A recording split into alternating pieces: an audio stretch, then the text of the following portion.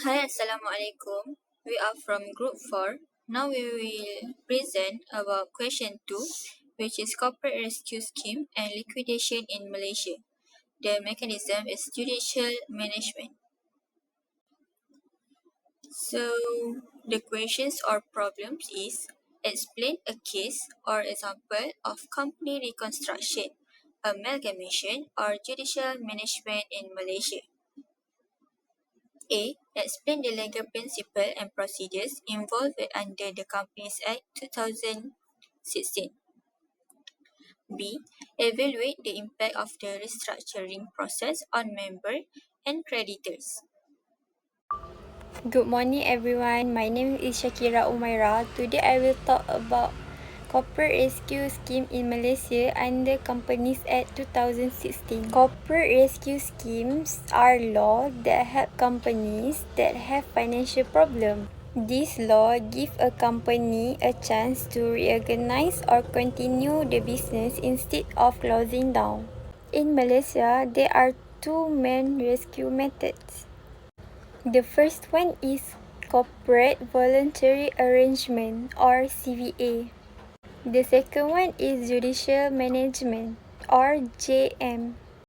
If these two methods do not work, then the company may go through liquidation, which means the company will close down. Now let's look at one real example. SCOMI Group Berhad. The company wanted to avoid liquidation, so it applied to the High Court for help under judicial management. Then the court agreed to give a chance to the company. During this period, creditors were not allowed to take any legal action against the company.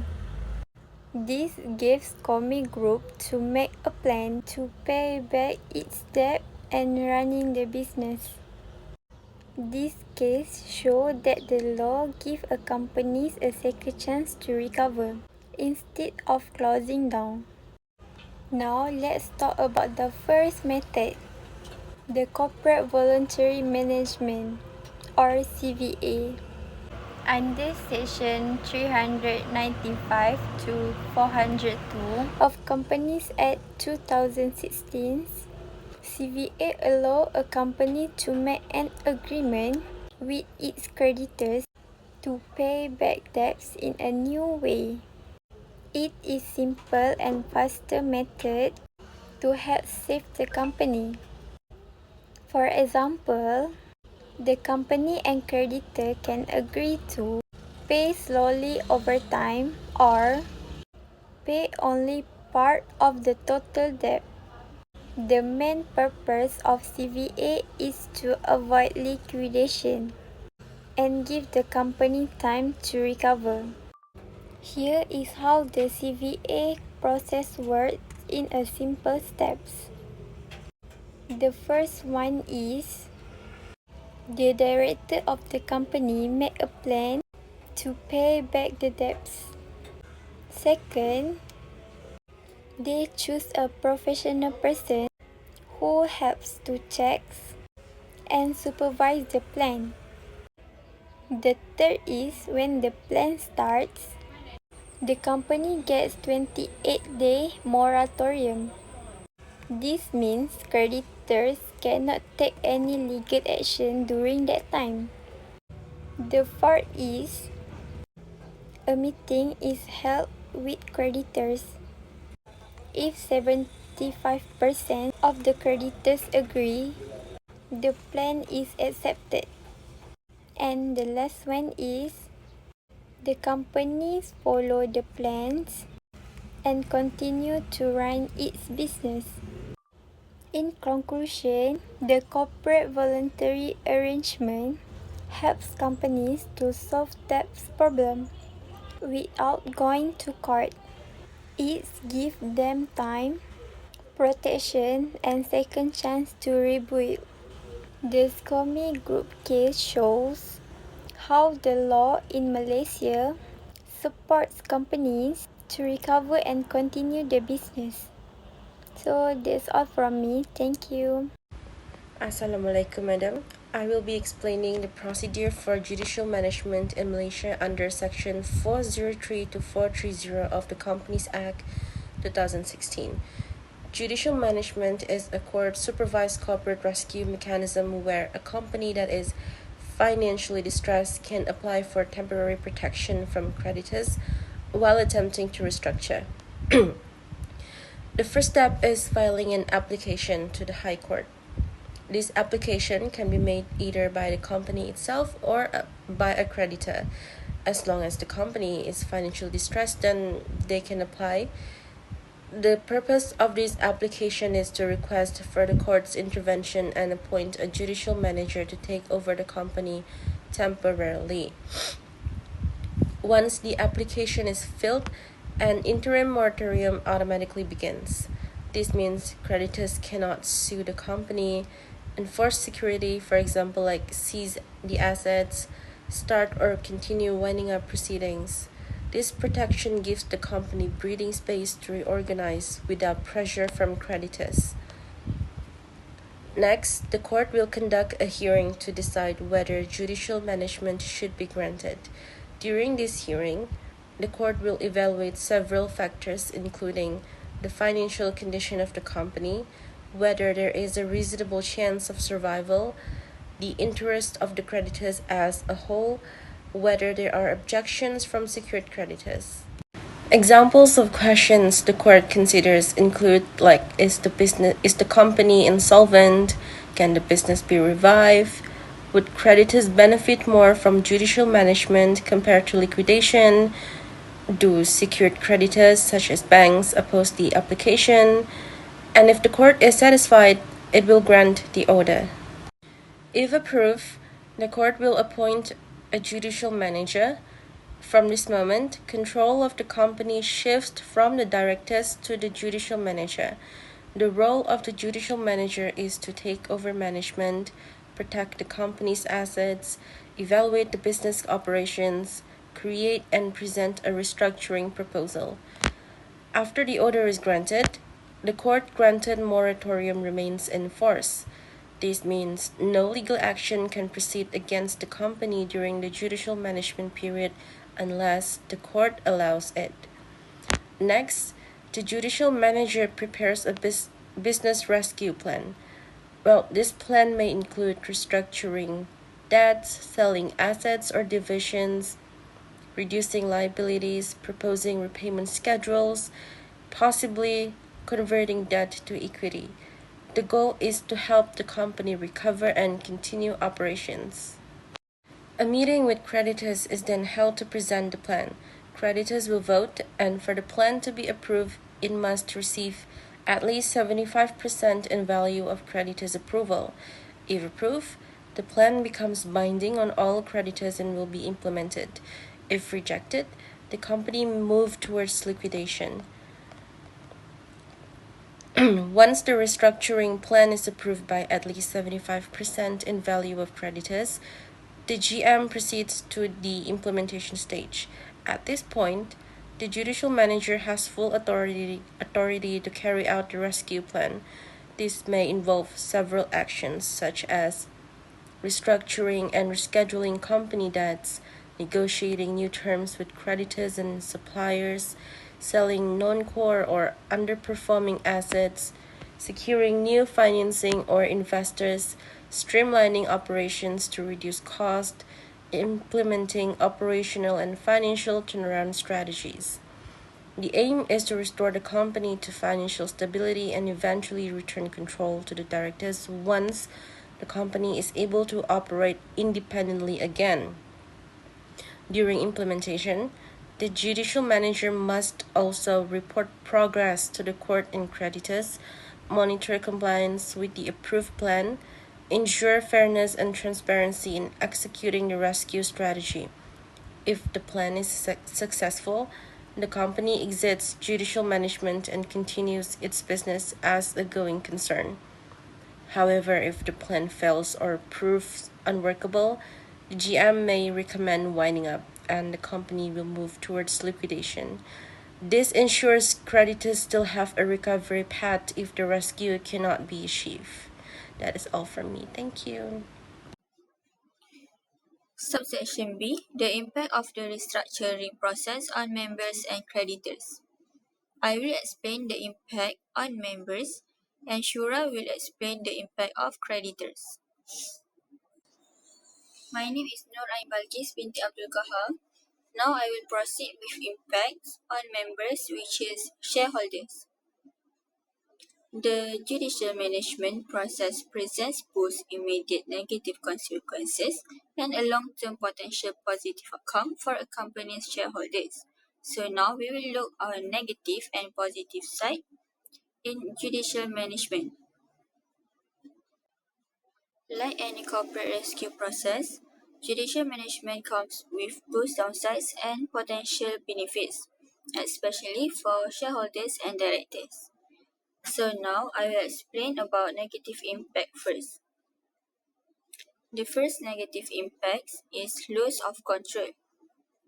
Shareholders will lose all controls of the company, but once judicial management begins, they will no longer have a say in how the company is run.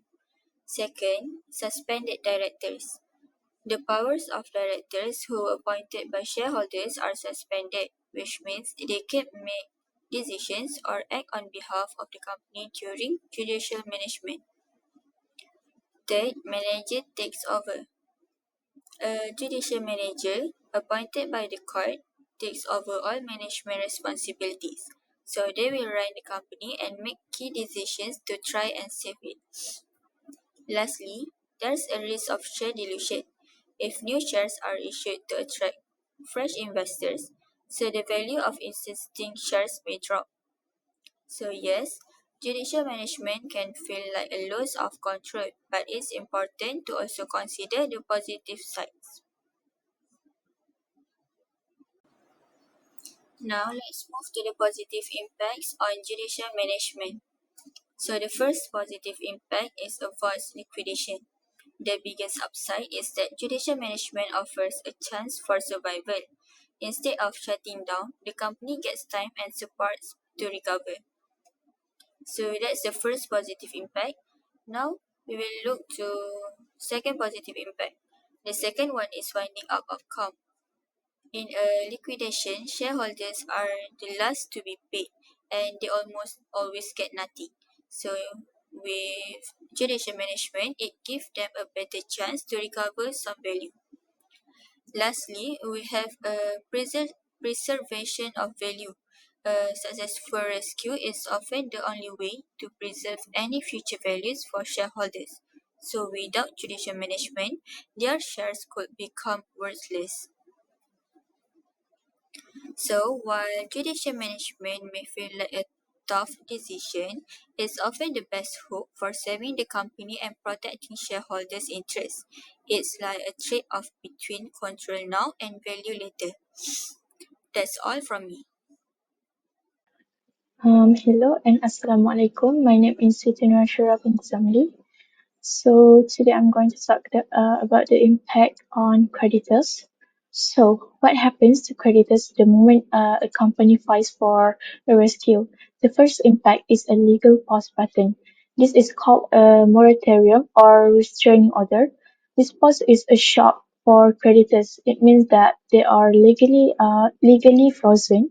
They cannot sue the company to get their money back, and they cannot start winding up the liquidation proceedings. Even creditors like a bank cannot seize the company's asset like a factory or machinery. Next, the creditors lose individual control. They cannot just demand their money.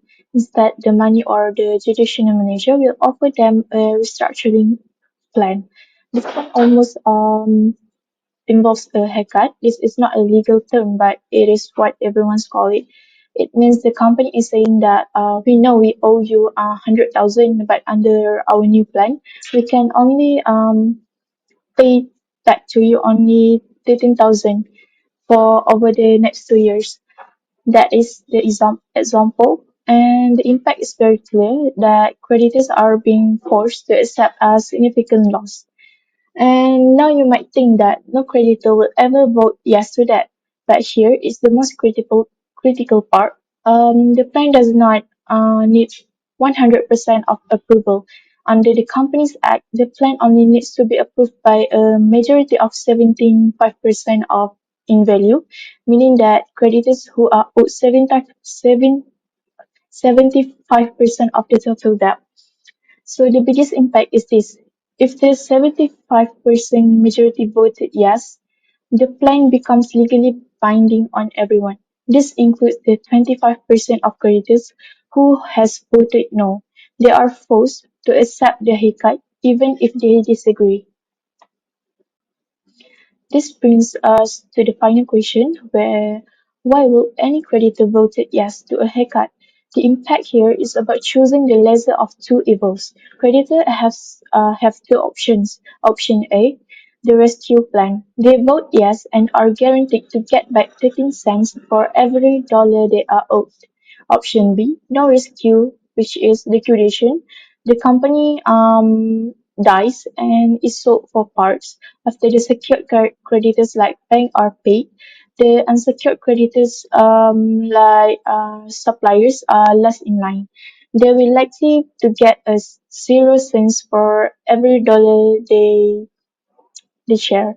So the final impact is a practical one. The rescue scheme, even with its painful haircut, is better for creditors than the alternative, which is getting nothing at all.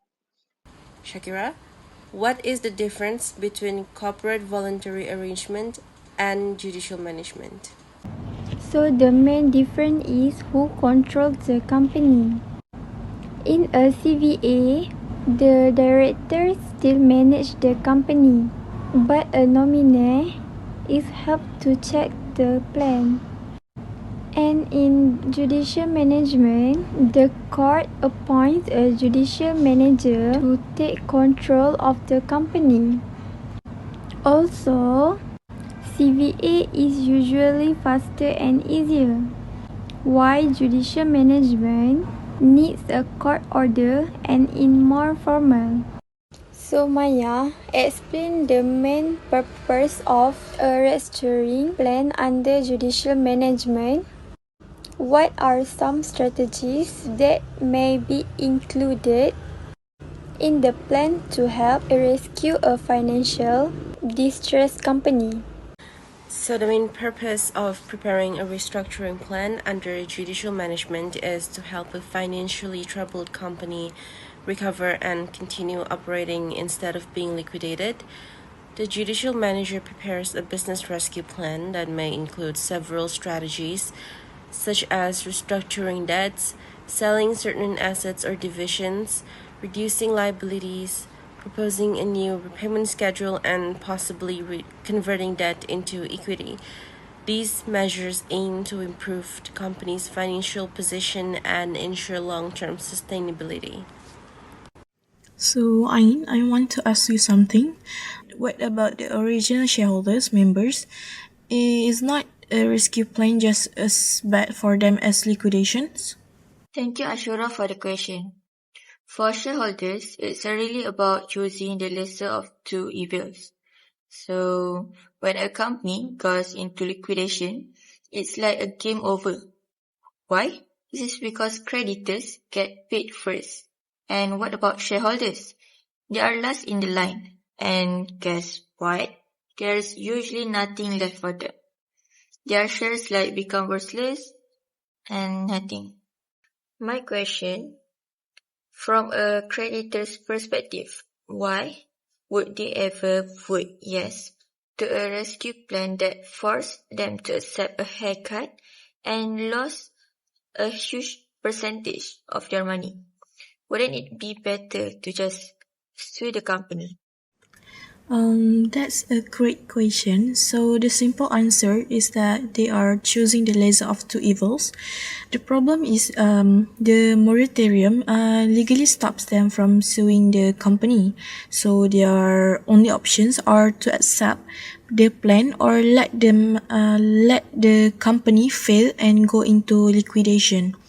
So the trade-off for option one, the rescue, if they vote yes for the haircut, they are guaranteed to get some their money back. For example, as I've given in the slide, 13 cents for every 1 ringgit they owed. And for option B, liquidation, if they vote no and the company is liquidated, shut down or sold, they are unsecured creditors. This means that they are less in line to be paid.